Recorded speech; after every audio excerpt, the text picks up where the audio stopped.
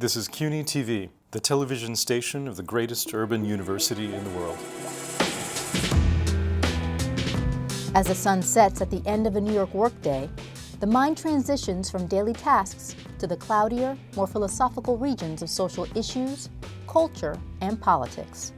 In a democracy, every perspective on the world is important, and people in art and culture have surprising bodies of knowledge that can shed fresh light on today's reality.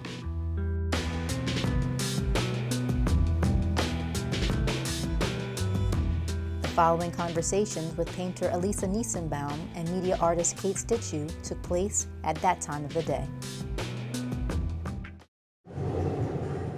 Aliza Nisenbaum is a painter from Mexico City, now living in New York. Her colorful pattern paintings of Latin American immigrants and other people in her social life pay tribute to time spent in the presence of others and explore differences and vulnerabilities between the artist and her subjects. I studied psychology in Mexico for a couple of years, and it's not like in the States where you do like kind of a global education for the first 4 years. I went straight into like field practice, and so I was like 18 or maybe 19, and I was going into these mental institutions. There was one that was really intense, and there was no money. It was a public institution for women, and there was no funding, and so some of the women were actually like pregnant. It's such terrible stories, you know, Right. and it was just too much for me. And it was exactly that, like that kind of categorizing or putting people under these like codes and definitions that really are helpful, but it didn't make sense for me. Yeah, it's almost like a Kafka. It was very Kafkaesque in Mexico, in this one mental institution by Tenochtitlan, by the pyramids. And after that, I just decided I was always kind of torn between wanting to study art and psychology, or being kind of a social worker. And then I decided to move to the States because my mom was already living in the States again. So I went to Chicago and just decided to become a painter after that. And you painted abstractly. I mean, as probably every painter should at some point. Yeah, I painted all my undergrad. I painted really figuratively, so that my early training was really in the studio, working perceptually from life. But after that, in grad school, I decided to become an abstract painter because I was really interested in like how much you can encompass with abstract painting, and really taken by like particular painters' ideas like Barnett Newman, and how he would talk about like the encounter with a painting, or like the zips representing like another human being in some ways. So you're still seeing things through people. Yeah, way, through a right? humanistic lens in some ways. Painting is so physical. I think of abstract painting a little bit like poetry. It's a very isolated thing. I mean, you don't even work with references usually, do you? It's just kind of coming out of yourself. It's very much like responding to your body, to like your body's gesture, and sometimes you can go on for longer, I feel like, but with abstract painting I feel like I would have to sit back and look at it and come back to it, but now I kind of bring a little bit of both. You have to tell the story of the feminist art history class at the Immigrant Movement International, yes. I was painting abstractly for like almost 10 years in Chicago, and I moved to New York, and I had a tiny studio. And then I remember when I was in Chicago, I met Tania Bruguera when she was teaching at University of Chicago, and I was really, since then, really inspired by her work. And she started this center called Immigrant Movement International, which was basically a community center to bring rights and to bring both artists and lawyers and activists together in one space. A kind of performance art in a way, right? Yeah. I mean, this is true, like merging of art and activism in ways that don't happen that often. Exactly, and I don't know, I just followed my instinct, and I was like, I don't know where this will lead, but I want to teach a class here. And I was teaching at the same time at LaGuardia Community College, so it was actually not very far away. She said, you know, what this population most needs are basic English skills. So can you teach something that's based on translating? And I had never taught translation before, but I'm bilingual. Right. And so I told her I'd teach this group of women like a class on translating texts through feminist art history. I just kind of made it up. Were you self-conscious about the feminist art history sounding a little bit esoteric for these people just trying to make it day to day? Yeah, no, I wasn't trying to impose like a feminist agenda like these people need it.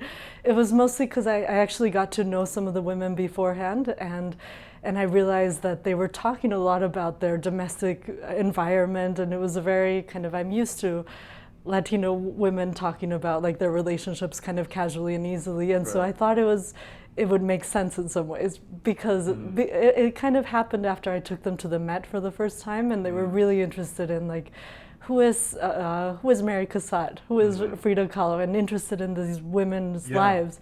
So that's why I kind of geared it towards feminist. And those are strong feminist stories too, of women who, you know, broke into a man's world and did something among male colleagues, you know. Yeah, many of them, it was the first time they had been to a museum, and then obviously they loved Impressionism. And then that kind of opened up all kinds of other discussions about their situation and their domestic setting, and it really opened up all these stories for these women that it was a way of getting to know them. I was so moved by their stories and teaching that class after 6 months that I asked Tanya if I could sit in that space and paint some of the people from life, if I could just paint publicly. And that's when you came back to figuration, basically.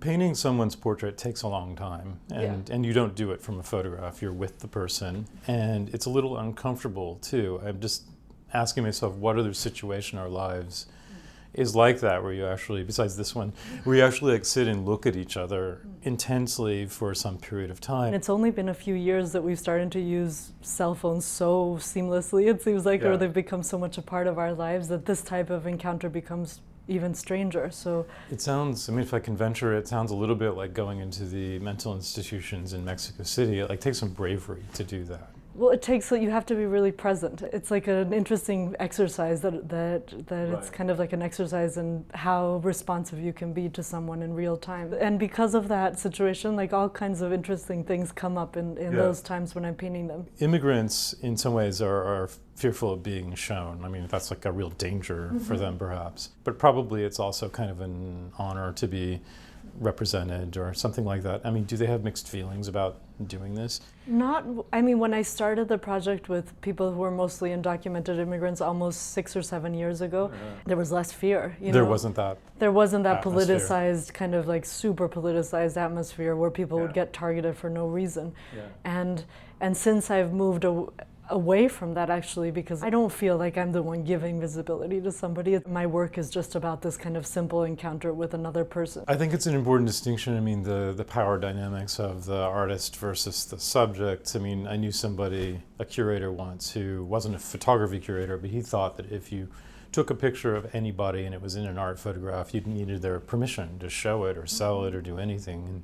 But you actually pay your models, right? And I do need their permission in many ways, and I do keep contact with them. And it's also a huge kind of work after the fact to kind of follow up and to make sure they're included and they are invited to the exhibition. And if I paint them repeatedly, if I pay them with a drawing or just trying to think about, and increasingly, how to be fair, you know. To be mindful of that, to be thoughtful about it is a very sometimes hard thing to do. Even though capitalism is like encroaching on everything, it's like there are other economies that we can emphasize in some ways, like economies of kind of care or like attention, you know, that aren't so easily quantified, I guess. Other kinds of value. And it feels like there's a fracturing world going on that maybe intentionally we're being divided in certain ways, and we all find ourselves kind of, you know, compartmentalized with people like us. However, those definitions or those labels are falling out. The truth is, I mean, we're all very like fluid. Young people are incredibly fluid in terms of identity, and I think feels to me like there's this like really like acute reactionary moment where everyone must be categorized for the sake of control or something like that. Totally. I mean, I feel like I'm Mexican, but I don't look Mexican, you know, and I'm really mixed. I'm Jewish, Mexican, American. My mother Scandinavian, you know, so it's quite a mixture. But I feel that sometimes fascist powers try to kind of pit identities against each other rather than thinking about how we can have solidarity with people that might not look like us. Yeah, no, I think, you know, at the moment too, especially with democratic politics being so fractured, you know, and up against this sort of like powerful fascist mentality, that communities, alliances, wherever they can form, are like more important than ever. And maybe they come from unexpected places, like, you know, group portrait studio or something, as idealistic as that may sound. But I think though that the answers come through things we haven't thought of yet. Right? Yeah, I mean,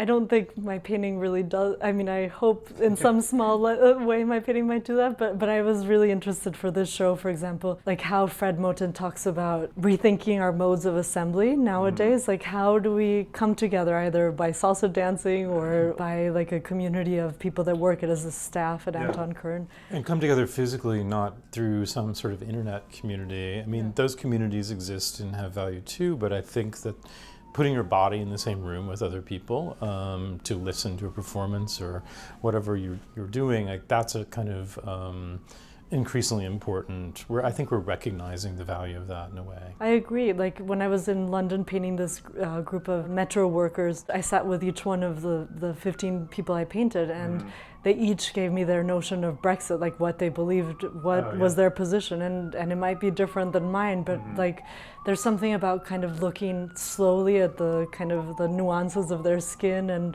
like the weight of their body that you kind of come to see how you kind of come to respect each other, because it's really interesting how that happens, I think, when you see physical bodies. Sensitivity to body language and the sort of body burden in a way, maybe. Yeah, the body burden is a really good way to put it. Many times people tell me political views or like about being Jewish or all kinds of things, you know, that might be uncomfortable to me. But because they're kind of giving themselves in a very kind of vulnerable place, we do end up finding some kind of common ground. You're kind of locked into a situation though where you kind of have to make the most of it. Yeah, exactly. You're faced with somebody that you might not interact with otherwise. It's a test of human nature. Are our instincts, after all this time, are our instincts good? Like, I'm not sure how you separate this history of how the world has been shaped the way it is. And I mean, I don't have an answer to that. Pretend to be a spokesman for it. But I think that I mean, you know, like historically the avant-garde was always about pushing in terms of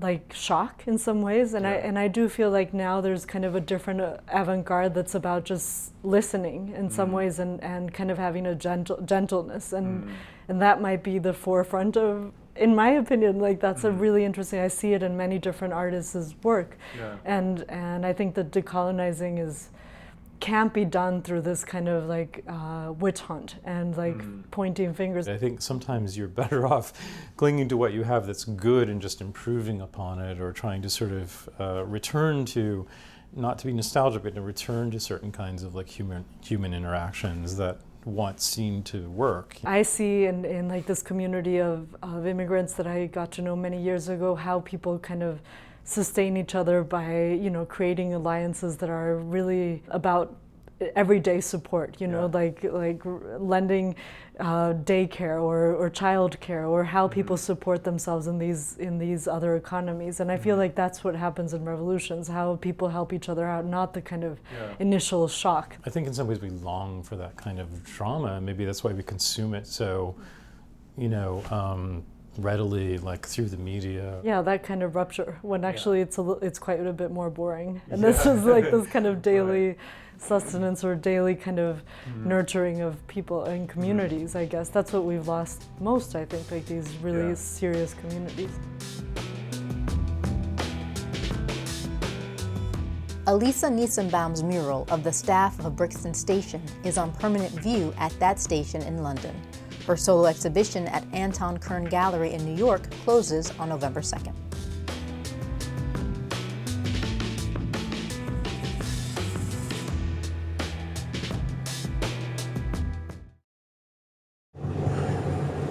Kate Steciw is a media artist associated with the post-internet movement. Her digital collages meld together different groups of objects to form abstract mosaics, approximating the seductive and fragmented media universe in which we live. It's interesting to me that your output is actually these very slick, you know, photographic images. When you have so much stuff to play with in the studio, in some ways, are you a sculptor too? The elements of the studio that you describe, I have to attribute to my partner, Anne. But some of that stuff's making its way into your pictures, Oh, absolutely. Right? For me, the transition to having an actual space to work that is big enough to work in, I think has yet to fully manifest itself in the work. Like having only moved up state 4 years ago, with one of like the expressed desires, it was to have enough space to actually like be in the studio and create things in the studio. It was kind of an odd turn to go back to like the roots of my practice, which are in this digital compositing. For a long time you worked as a retoucher. I became really interested in the fact that like, yes, I spent 8 to 10 hours a day in this environment and I couldn't afford a studio. So like, what's a photographer when I'm not even outside during daylight hours, really? The digital files you were working with is what's laying around. You're processing that stuff all the time. Those are the things you can,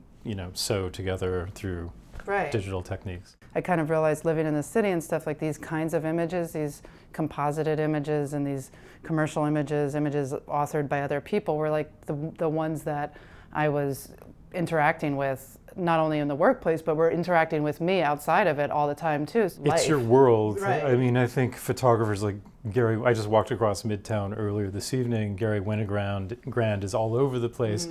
That was his world. It was people on the street. That's what you photographed in the 60s or 50s. But today, we're probably seeing more of this stuff pass in front of our eyes on our phones, on our computer screens, and that's the material of our lives in a way. Yeah, and I think that that's the pace too that we have to reckon with. There's a temporal shift, the way that we interact with images, screen-based. And I think that that for me also had to manifest itself in the work, that I realized at some point that I wasn't ever looking at one image in my day-to-day life. That's true. I mean, because I think now we see in collage, I think in some ways one of the reasons there's so much collage going on in art, as in your work, is that we're looking at multiple things. Even on my own desktop, it's incredibly messy. I have JPEGs everywhere. So I'm seeing things in multiple simultaneously. Yeah, constantly. And whether we realize it or not, and that was one of the things that was really intriguing about working in a retouching studio, was that even with a master's degree in photography and I would consider like a somewhat developed perception about what images are and how they're made and all of that stuff. Around 2003, I was still shocked at how much of what I was absorbing was actually composite. Getting into the studio with photographers who I held up on pedestals, masters of lighting and incredible portraitists and stuff, and realizing, wait a second, these are collage. In some ways they're staged, right? I mean, well, staged and composited. Or even fabricated. Yeah. Because I was thinking the previous generation to yours was a lot of people like Philip Lorca de Corsia or Cindy Sherman, still creating these whole worlds where the photograph creates a fantasy, and it's like more like stage production or something like that. And that was another thing that, like another limitation that I came up against in thinking about my own work, was coming to the city and being like, wait a second, oh my gosh, this is like a theater production, what I'm viewing. There's no way I can make something in this conversation. I just simply don't have the resources. Or is it also too just it doesn't feel like the thing to do at this point? There were a few personal experiences that created this vantage point that a single image would no longer suffice for me. And then there were a few cultural shifts that happened. And like I mentioned before, the screen viewing of photography and the pace of viewing and the way that we're, viewing multiples at the same time. But then also, my father passed away in 2009, and we were just talking about I had a head injury, and it just didn't then it was just on a physical level, it just didn't compute, The world broke. A moment didn't mean the same thing anymore, and nor was a single image able to capture, for me, what felt like, I guess, a kind of temporal collapse or expansion that happens at those moments. They strike me as being quaintly, a false sense of wholeness or something. The pictures that we look to now, for some memory or something, especially if they're very staged, even if it's a family photo or an art photo of that nature, they seem to be bizarrely captured in time, like artificial. In my own investigation and suspicion of the singular image at this point as a indexical reference, like a lot of my work, when I'm making it, feels like a stab in the dark to try to make sense of that fracture or fissure that we were talking about. It always feels a little caveman. It's like a stab in the dark a little bit, No, I think I remember going back to the Winogrand reference. There was a point when I realized that the art photography, especially street photography, I liked the best, were the photographs that were composed but felt like they were just about to fall apart. Like something was going out or something was coming in. And I think your work in particular, it feels to me maybe like a sense of things being broken or us being a little schizophrenic, but you making something that's just sort of whole out of it, but not pretending to be whole. I'm always wondering how far I can push the calling attention to the fractured nature of these kinds of images and the way they behave in our culture, with balancing that out with a sense of completion. So there is that tension is important to me, because we were talking in our studio visit, I think, a little bit about how certain images are so strong. We're so inundated at this point that the picture of the kid and the dog and the bike is so many generations away from its original meaning, and we're so used to seeing it in context with 1930s fascist Germany. Right, something like that. This is an August Sander. Or then there's a nostalgic version of that in an ad or whatever. Right, yeah. So there's always this impulse to create a space for myself where new interactions can happen, where new connotations can exist. What is indexical in any of the photographs used can kind of take on a new meaning or connotation. And it seems like you're shuffling the deck with the reality we've been given, and I think that would lead me to say that I've noticed, as an art historian, I've noticed that abstraction seems to me to happen in times of great change, like times of crisis, socially and economically. You have the early part of the 20th century, and it wasn't just an inevitability that art would become abstract. I think it had a lot to do with movement and technology and social changes and industry and all of these kinds of things. And I think now there's a feeling of things feeling kind of broken, like it's a Dada moment, but people like you, artists, trying to figure out ways to put them together, or even to let the materials find a way to make new meanings. Yeah, and I think there's a really nice loose space right now that exists that I don't think will exist much longer, especially, for artists that were not born net natives, but bridge that gap between the physical darkroom and, the digital darkroom.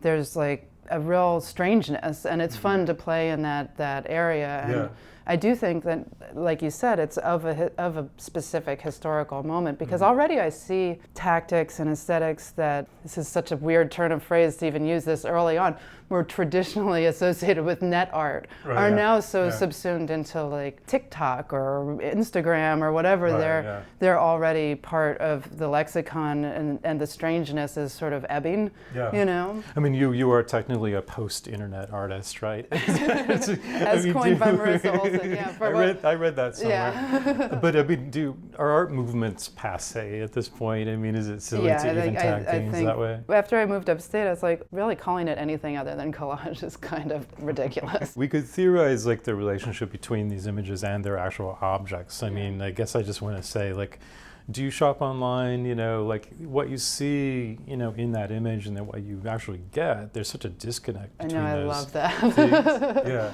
It's like Spinal Tap when they make the Stonehenge and it's only 12 inches tall. I love that disconnect. I think, and that absurdity and the misrepresentation has reached levels of absurdity, and I think that that's also a really fun place to play around. The generation before, 50s through 80s, it was like, it delivered, it really worked. And then it just started to really not work in these really funny ways, It's been, maybe it's just exactly like the disinformation campaigns or something. Sure, we have disadvertising campaigns, whether it's online dating or the pair of shoes you're supposed to get that are supposed to be leather and they're not, or something. There's lots of room now for, chicanery. I think that, humor is a nice space to be in with some of this stuff. It comes from something real. I mean, Peter Pillar is one of my favorite artists, and he, worked in archives, and he becomes an artist using what? Archives. He starts to see things that look the same, and he finds humor in, like 6 versions of the same. You've said before you've come from a whole family of photographers. Like that's something your family has always done. Well, not professional. Not professional. No, but your grandfather was like a Polaroid ninja. Oh my God! Oh, I wish you would have really enjoyed his work and his personality. He would actually photograph his driver's license picture and then put his head on all kinds of other advertisements. So he had a similar impulse to insert himself or have some sort of agency over these kinds of, and then he'd create these little stories and he would type them out on a typewriter, then Xerox the whole thing. Yeah, everyone's talking now about, like the iPhone liberating everybody and everyone can finally, do their own whatever. But, you could always do these things, with scissors and glue and yeah, and I think that the postal service. I did realize that that was something that had been a little bit lost to us when I started working in retouching. I was like, wait, there's this richness to the exchange of images happening between the retouchers, the meta layers between input and output, Right. and there was just all this creativity happening that we totally take for granted, and it's not advantageous for the people to really have control and knowledge and literacy in the way that images are created and disseminated. Even if it doesn't necessarily make sense, is a really empowering place to play. These areas of kind of private exchange seem to me to be the most meaningful places. It's old-fashioned maybe in a way, but I think, I see a pushback on technology being plugged in. I see people like not answering email for a weekend or deciding they're not going to do Instagram anymore and things like that. And that they're still exchanging images and still having more private conversations that way. We don't have to completely go off the grid or eschew these new technologies to, create a space of play. And I'm often alarmed by my own growing archives of images and what I'm to do with them, So I appreciate it as just a space that organizes some of my memories. Absolutely, it's the new photo album. It's just you've flipped through it. I just think it's important as humans to not take for granted that's the only way we can work with these ideas. With the expansion of archiving and sharing technologies, there's also been this incredible expansion of printing possibilities and surfaces and stuff, and I just think there's so much to explore there. Kate Steciw's work is currently on view at Gelato Love Gallery in Mallorca, Spain, and she is featured in a two-person show with Theodore Darst at Liberal Arts Roxbury in Roxbury, New York.